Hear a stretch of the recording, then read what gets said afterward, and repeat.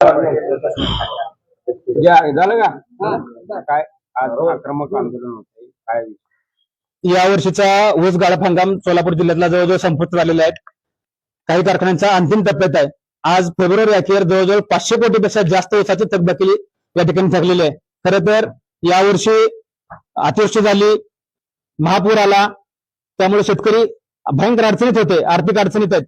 वर्षभर घाम गाळून पिकवलेलं एकमेव ऊसाचं पीक शेतकऱ्याच्या हातात आलं होतं. त्या ऊसाच्या घामाचा दाम मिळवण्यासाठी शेतकऱ्यांना आज संघर्ष करावा लागतोय. मागील 3 महिन्यापासून 15 नोव्हेंबर पासूनचे ऊस बिले सोलापूर जिल्ह्यात कारखानदारांनी थकवलेत. खरं तर यावर्षी जिल्हा परिषद निवडणुका होत्या. या निवडणुकीमध्ये अनेक साखर कारखानदार किंवा कारखानदारांचे घरातील कुटुंबातील व्यक्ती या निवडणूक लढवत होत्या. त्यामुळे आम्हाला वाटलं यावर्षीच्या निवडणुकीमुळे कारखानदार सहजासहजी आम्हाला ऊस बिले जमा करतील, आंदोलन करण्याची वेळ येणार नाही. परंतु आज निवडणुका झाल्या, निकाल झाला, तरीही साखर कारखानदारांनी आम्हाला ऊसाची बिले दिलेली नाहीत. खरं तर शेतकरी भयंकर आर्थिक अडचणीत आहे. शेतकऱ्याला आत्महत्येची वेळ आलेली आहे आणि आज 500 कोटीपेक्षा जास्त रक्कम या ठिकाणी त्या कारखानदाराकडे थकलेली आहे. दुसऱ्या बाजूला हे जे साखर संचालक आहेत, या महाशयांना आम्ही सोमवारी निवेदन दिलं होतं की आम्ही शुक्रवारी या ठिकाणी आंदोलन करणार आहेत. तरी हे महाशय या ठिकाणी आलेले नाहीत. हे अत्यंत निष्काळजीपणा आहे. यांच्या निष्काळजीपणामुळे, यांच्या काम चुकारपणामुळे या सोलापूर जिल्ह्यातील शेतकऱ्याला आत्महत्येची वेळ आलेली आहे. संबंधित अधिकारी सुद्धा कारवाईची मागणी आज आम्ही करत आहोत.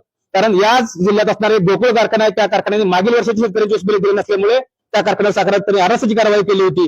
महसूल विभागाने त्याला सील केलं होतं. तर सील केलं असताना सुद्धा त्या कारखानदारांनी त्याचं सील तोडून त्या ठिकाणी यावर्षी गाळप केलं. जवळजवळ 2-2.5 लाख टनापेक्षा जास्त गाळप करून या जिल्ह्यातील शेतकऱ्यांना त्या ठिकाणी 2-2.5 लाख टनाचा पैसा जर काढला तर जवळजवळ 50-60 कोटी रुपये त्या ठिकाणी बिल त्याचं ठरलेलं आहे. आणि या सर्वसामान्य शेतकऱ्याच्या या नुकसानीला जबाबदार कोण?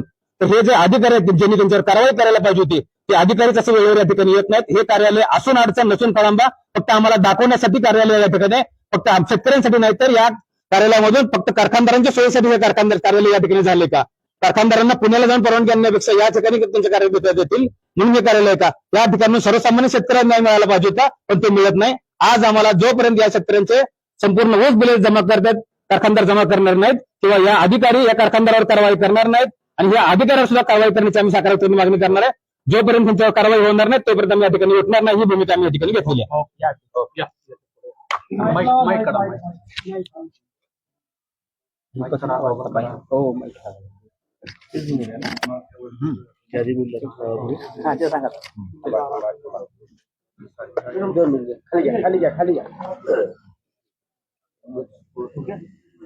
ऊस बिल थकवलं तर कारवाई करण्याचे अधिकारी कार्यालयाला आहेत, मात्र कारवाई कार्यालय करत नसते, सील करून कारखाना चालू होतं.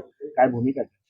आम्ही स्वाभिमानी शेतकरी संघटनेच्या माध्यमातून आदरणीय राजू शेट्टी साहेब असतील, आमचे जिल्हाध्यक्ष विजू रणदिवे असतील, यांच्या नेतृत्वाखाली आज आम्ही या ठिकाणी साखर संचालक आष्टेकर साहेबांच्या ऑफिस खाली आम्ही आंदोलन करतोय. संघटनेच्या वतीने सोमवारी निवेदन दिले. त्या आष्टेकर साहेब आज आम्ही शेतकऱ्यांसोबत माळशिरस, बार्शी, सोलापूर, पंढरपूर मधून या ठिकाणी उपस्थित राहिलो. तुळजापूर मधून सुद्धा या ठिकाणी शेतकरी आले, परंतु हे अधिकारी आले नाहीत. माझी फडणवीस सरकारला विनंती आहे, तुम्ही शेतकऱ्याच्या अजून आत्महत्या, अजून ह्या ऊस बिलातून किती घेणार आहे? किती शेतकऱ्यांचं रक्त शोषणार आहे? किती हे अधिकारी मजबूर या ठिकाणी टाकलेले आहेत की आंदोलन असताना सुद्धा शेतकऱ्यासोबत चर्चा करायला येत नाहीत.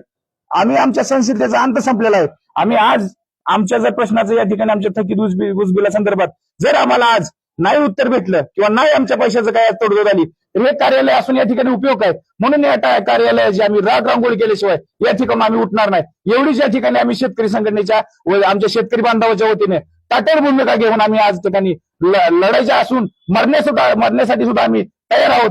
एवढीच या ठिकाणी आपल्या मीडियाच्या माध्यमातून तुम्हाला सगळ्यांना विनंती करतो की तुम्ही महाराष्ट्रभर या फडणवीस सरकार असेल, अजित पवारांचं सरकार असेल किंवा एकनाथ शिंदे साहेबांचं सरकार असेल, की तुमचं सरकार आमच्या शेतकऱ्याच्या धोरणाच्या विरोधात आहे का? हा खरा प्रश्न या ठिकाणी आमच्या सगळ्या सामान्य शेतकऱ्याच्या तरुण पोरांना पडत आहे. म्हणून माझी विनंती आहे की तुम्ही सगळ्या मीडियाच्या वतीनं तुम्ही या ठिकाणी आमच्या शेतकऱ्याच्या प्रश्नासाठी उपस्थित राहिलात, धन्यवाद. आणि ह्या मीडियाच्या वतीनं आमच्या भावना या ठिकाणी महाराष्ट्र सरकारपर्यंत पोहोचवा, एवढीच या ठिकाणी आमची कळकळीची विनंती आहे. तुमच्या मीडियावाल्याचं सर्वांचा आम्ही शेतकऱ्याच्या वतीने आभार मानतो.